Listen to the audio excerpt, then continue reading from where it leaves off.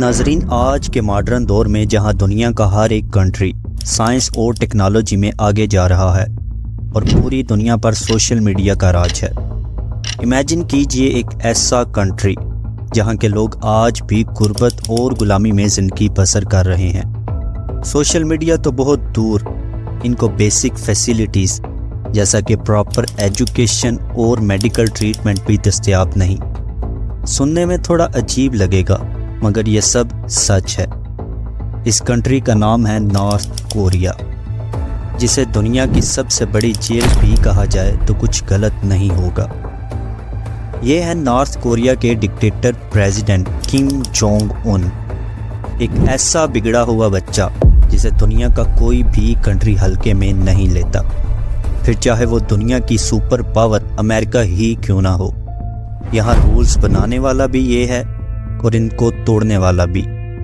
ان rules کو اگر کوئی اور توڑنے کی کوشش بھی کرتا ہے تو اسے سخت سے سخت سزا دی جاتی ہے، پھر چاہے وہ پریزیڈنٹ کم کا اپنا انکل اور بھائی ہی کیوں نہ ہو۔ مگر اس سب کے پیچھے کیا وجہ ہے اور نارتھ کوریا سے بھاگنا آخر ناممکن کیوں ہے، یہ سب جانیں گے آج کی اس ویڈیو میں۔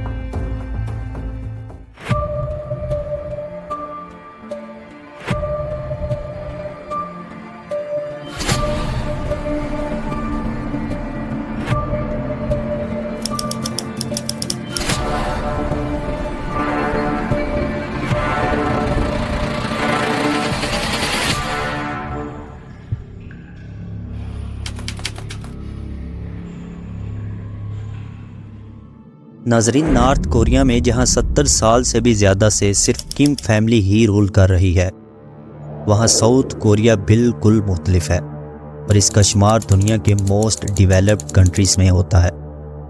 ان دونوں کنٹریز کے درمیان اس فرق کو سمجھنے کے لیے ہمیں ہسٹری میں تھوڑا سا پیچھے جانا پڑے گا۔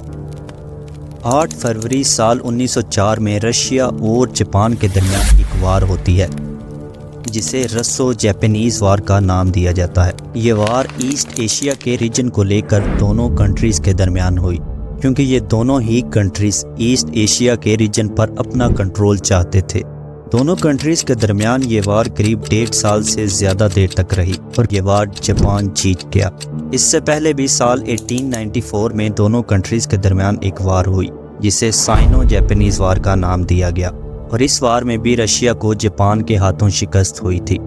ناظرین، رسو جاپانیز وار کے بعد ایسٹ ایشیا کا کنٹرول جاپان کے ہاتھ میں آ گیا، جس میں کورین پیننسویلا بھی شامل تھا۔ اس کے بعد سال 1945 تک کوریا کا کنٹرول جاپان کے پاس ہی رہتا ہے۔ سال 1945 میں کورین پیننسویلا کا ایریا 2 حصوں میں ڈیوائیڈ کر دیا گیا۔ یہ ڈیسیژن کورین لوگوں کی مرضی کے بغیر یو ایس اور سوویت یونین کی طرف سے لیا گیا، جس کے بعد نارتھ کوریا کا کنٹرول سوویت یونین کے پاس، جبکہ ساؤتھ کوریا کا کنٹرول یونائٹڈ اسٹیٹ کے پاس چلا گیا۔ اس کے بعد سال 1948 میں دونوں پارٹس اپنی الگ الگ گورنمنٹ بناتے ہیں، جس کے نتیجے میں نارتھ کوریا کا کنٹرول کم فیملی کے پاس آ گیا اور یہاں سے نارتھ کوریا کے لوگوں کا برا وقت شروع ہوتا ہے۔ کم il سنگ نارتھ کوریا کے پہلے ڈکٹیٹر بنتے ہیں۔ 1994 میں اس کی ڈیتھ کے بعد اس کا بیٹا Kim Jong il North Korea کا نیا ڈکٹیٹر بنتا ہے، اور پھر سال 2011 میں کم جونگ il کی ڈیتھ کے بعد اس کا بیٹا کم جونگ ان کوریا کا نیا ڈکٹیٹر بنتا ہے، جو ابھی تک نارتھ کوریا پر رول کر رہا ہے۔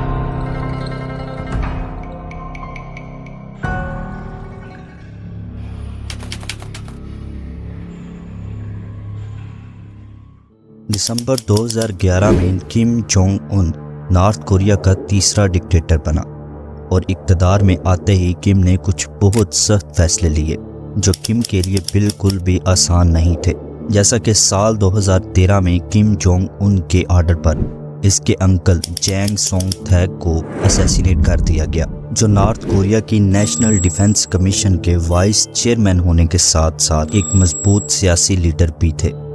کم کے مطابق جینگ سونگ اس کا تخت الٹنے کی سازش کر رہا تھا، جس کے لیے اسے اسیسینیٹ کر دیا گیا۔ کم نے جینگ کے لیے ورس دین اے ڈاگ یعنی کتے سے بھی بدتر اور ڈسپیکیبل ہیومنز کم یعنی حقیر انسانی گند جیسے الفاظ کا استعمال کیا۔ جینگ سانگ چونکہ کم کے بعد نارتھ کوریا کا سب سے پاورفل انسان تھا، تو اس کی ڈیتھ سے نارتھ کوریا کو کافی نقصان کا سامنا کرنا پڑا۔ دوسرا بڑا ڈیسیژن جو کم نے لیا وہ اپنے older half brother Kim Jong Nam کی اسیسینیشن تھی۔ کم جونگ نیم بے شک کم خاندان کا حصہ تھا، مگر وہ ہمیشہ سے اس ظلم کے خلاف تھا۔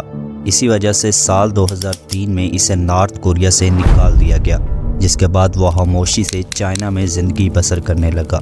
مگر وقتاً فوقتاً وہ کیمرہ کے سامنے آ کے اس رجیم کے خلاف آواز اٹھاتا رہتا، لیکن پھر کم جونگ نیم نے کچھ ایسا کر دیا جس کو کم جونگ ان برداشت نہیں کر سکا اور اسے اپنے بڑے بھائی کو ٹھکانے لگانا پڑا۔ کم جونگ نیم نارتھ کوریا کے سب سے بڑے دشمن یونائٹڈ اسٹیٹ کی انٹیلیجنس ایجنسی CIA کے ساتھ مل چکا تھا، جہاں سے وہ کم جونگ ان کی خفیہ معلومات ان کو فراہم کرتا۔ 13 فروری سال 2017 کو کم جونگ نیم کوالالمپور انٹرنیشنل ایئرپورٹ میں انٹر ہوتا ہے اور اس کے پیچھے 2 فیمیل اسیسینز بھی آتی ہیں۔ ان میں سے ایک لڑکی کم جونگ نیم کے فیس پر کوئی کیمیکل لگا کر بھاگ جاتی ہے، جس سے نیم کو اپنے فیس پر جلن محسوس ہوتی ہے اور وہ بہت غصہ ہوتا ہے۔ وہ فوراً سے ایئرپورٹ سیکیورٹی کو شکایت کرتا ہے، جہاں سے اسے میڈیکل ٹریٹمنٹ کے لیے بھیج دیا جاتا ہے۔ صرف 15 سے 20 منٹ بعد نیم کی ڈیتھ ہو جاتی ہے۔ ناظرین، یہ کیمیکل VX نرو ایجنٹ تھا، ایک ایسا خطرناک کیمیکل جس کا استعمال ملٹری میں کیا جاتا ہے۔ اس سے وکٹم کو سانس لینے میں دشواری ہوتی ہے اور پھر موت بھی ہو سکتی ہے۔ بعد میں ان دونوں لڑکیوں کو پکڑ لیا گیا۔ جب ان سے تفتیش کی گئی تو ان کا کہنا تھا کہ وہ کسی ٹی وی پروڈیوسر کے لیے کام کر رہی تھی، جہاں ان کی جاب لوگوں کے فیس پر بیبی آئل کو لگانا ہوتا تھا، جس کے بعد ایک سیکرٹ کیمرہ لوگوں کے فنی ری ایکشنز کو ریکارڈ کرتا۔ مگر ان کو معلوم ہی نہیں تھا کہ اس ٹائم بیبی آئل کی جگہ ایک خطرناک VX نرو ایجنٹ تھا۔ ان دونوں لڑکیوں کو 2 سال کی قید سنائی گئی۔ مین بات کریں تو کم جونگ ان نے دنیا کے سامنے خود کو لائے بغیر اپنے بھائی کو اپنے رستے سے صاف کر دیا اور خود کو دشمنوں کا شکار ہونے سے بچا لیا۔ اس سب کے بعد کم جونگ ان کم فیملی میں اکیلا ریاستی فرد رہ گیا، اور اتنے زیادہ دشمنوں کے ہوتے ہوئے یہ بات بالکل بھی اچھی نہیں تھی۔ کم کو کسی ایسے انسان کی سخت ضرورت تھی جو قابل اعتماد بھی ہو اور اس کا تعلق کم فیملی سے بھی ہو۔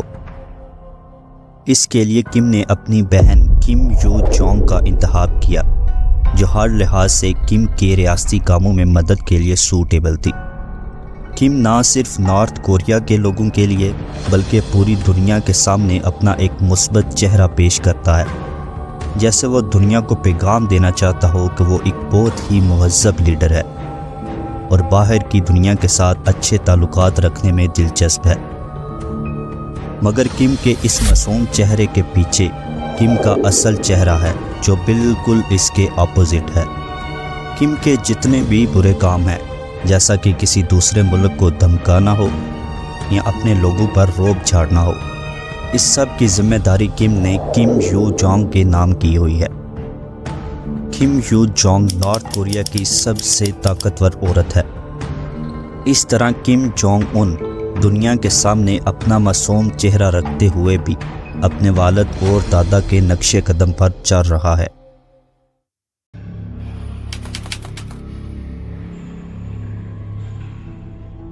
ناظرین، نارتھ کوریا میں کچھ ایسے قوانین ہیں جو شاید ہی پوری دنیا میں کہیں اور دیکھنے کو ملے۔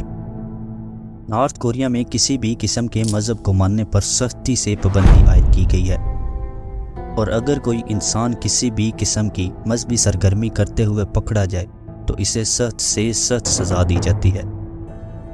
نارتھ کوریا میں سزا کے لیے بھی 3 جنریشنز آف پنشمنٹ رول کا استعمال کیا جاتا ہے، یعنی اگر کوئی انسان کسی بھی جرم میں پکڑا گیا تو نہ صرف اسے بلکہ اس کے بیٹوں اور پوتوں تک کو بھی سزا دی جائے گی۔ صرف اتنا ہی نہیں بلکہ اس کے رشتہ دار بھی اس سزا میں شامل ہوں گے۔ گورنمنٹ یا لیڈر کے خلاف کسی بھی قسم کی بات کرنا سختی سے منع ہے۔ ایسا کرنے والے کو اس کے نتائج کا سامنا کرنا ہوگا، جو قید بھی ہو سکتی ہے اور سزائے موت بھی۔